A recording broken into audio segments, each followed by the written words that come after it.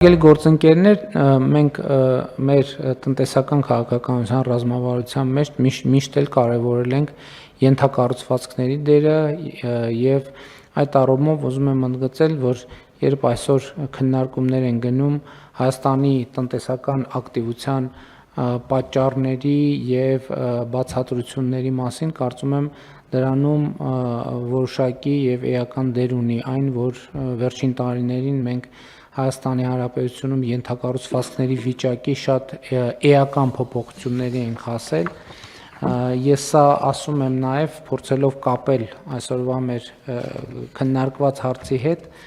Հայաստանի Հանրապետության տնտեսական ակտիվության ցուցանիշները։ Նախ ուզում եմ արձանագրել, որ հոկտեմբեր ամսվա տվյալներով Հայաստանի Հանրապետությունում աշխատավարձով ապահովված աշխատատեղերի նոր պատմական ռեկորդ է արձանագրվել եւ 2025 թվականի հոկտեմբերին ունենք արդեն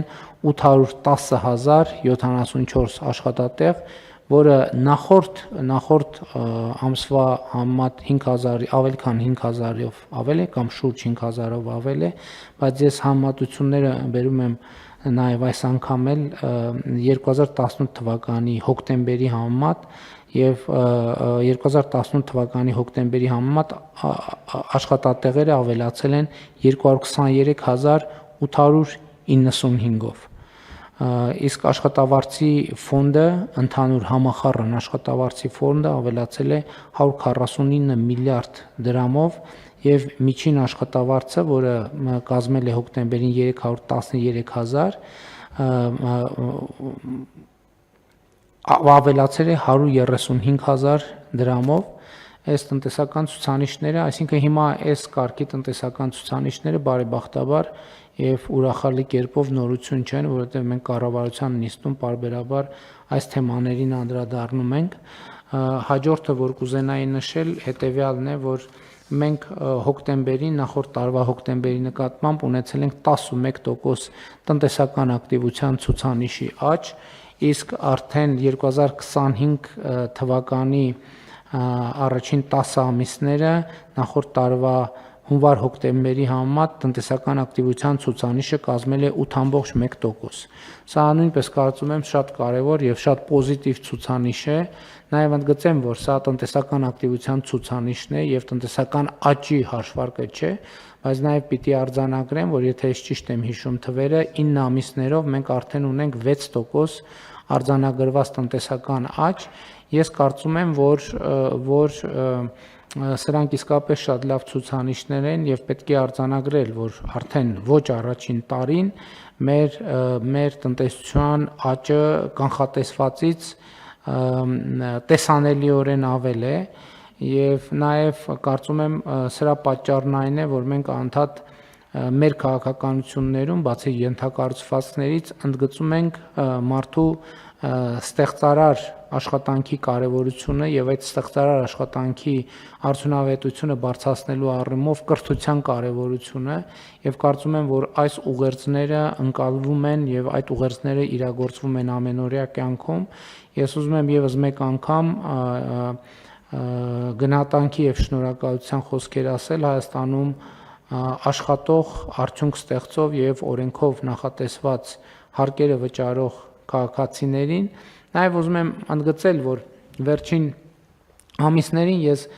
տնտեսվարողներից նամակներ եմ ստանում այն մասին, որ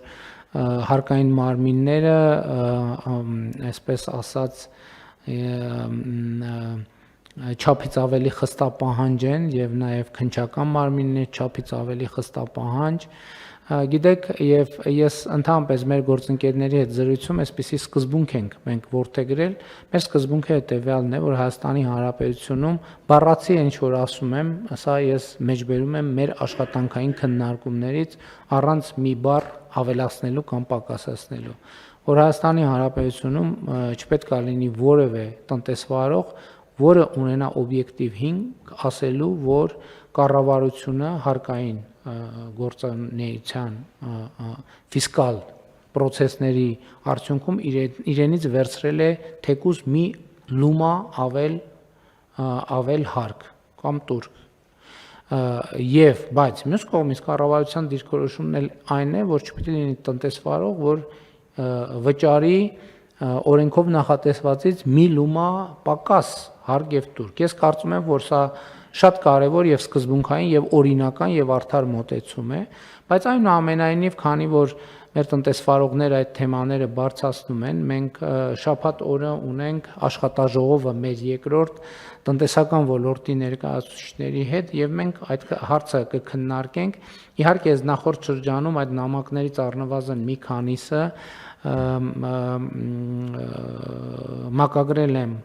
փոխվարչապետ Տիգրան Խաչատրյանին, խնդրելով, որ քննարկումներ ունենան, ի վերջո հասկանանք, թե որ փաստարկն է, որ փաստարկն է արդարացի եւ որ փաստարկը ոչ այդքան, եւ մենք ըստ էության շաբաթ օրը կամփոփենք այդ քննարկումների արդյունքները, կլսենք փոխվարչապետին, որպեսզի գանք եզրակացություններ եւ գանք, այսինքն ձևակերպենք մեր մոտեցումը, բայց բոլոր դեպքերում մոտեցումը արդեն իսկ ձևակերպված է, ոչ մի լումա ավել եւ ոչ մի լումա պակաս։ Այս սկզբունքով մենք պետք է աշխատենք, մանավանդ որ ելի եմ ուզում հույս ունեմ, որ մեր տնտեսվարողները տեսնում են, որ պետական բյուջեի միջոցները ինչ ուղղություններով են ծախսվում, ինչ նպատակներով են ծախսվում եւ միջալոց նաեւ քաղաքացիներին է վերաբերվում, որովհետեւ մենք անդադ խոսում ենք բարեկեցություններից, սոցիալական վճարներից եւ այլն, կներեք, բայց մեր վիճակագրության ոչ կոմիտեն, ոչ էլ որևէ այլ մարմին մեզ չի ասում։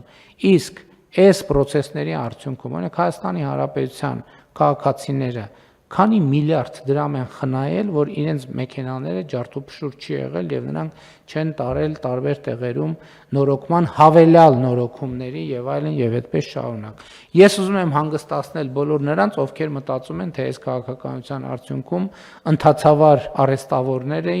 բարեկեցության աստիճանը պակասել է, ոչ չի պակասել, որովհետև այդ ընթացքում մեքենաների թիվը այնքան է ավելացել, որ ընդհանրավար եւ մյուս արհեստավորները հաստատ ունեն շատ ավելի մեծ աշխատանք, քան նախկինում ունեցել են եւ այս առումով կարծում եմ, որ ես նկատում եմ, այս ոչ մի հաշվարկի մեջ չկա։ Եվ ոչ մեկ էլ չի հաշվում, ոչ ես էլ ճիշտն ասած որ մեքենա է վարում եւ անձնական օգտագործման մեքենա ունեի, չի կարող հիշել, թե նախորդող շրջանում ես ինչքան եմ ծախսել, իմիջիայլոց անկանխիկը սրա համար է, որ պետք է լինի հետագայում իմանանք, թե մեքենայի նորոգման համար ինչքան ենք ծախսել, որը հիմա այլևս չենք ծախսում։ Նկատի ունեմ, այս տնտեսական ցուցանիշները լավատեսական են եւ մենք հետեւողական հանգիստ մեր քաղաքականություններով պետք է առաջ շարժվենք, իհարկե նաև այդ ընթացքում լսելով քննադատությունները, տեսնելով մեր թերությունները, ուղղելով մեր թերությունները եւ այդպես շարունակ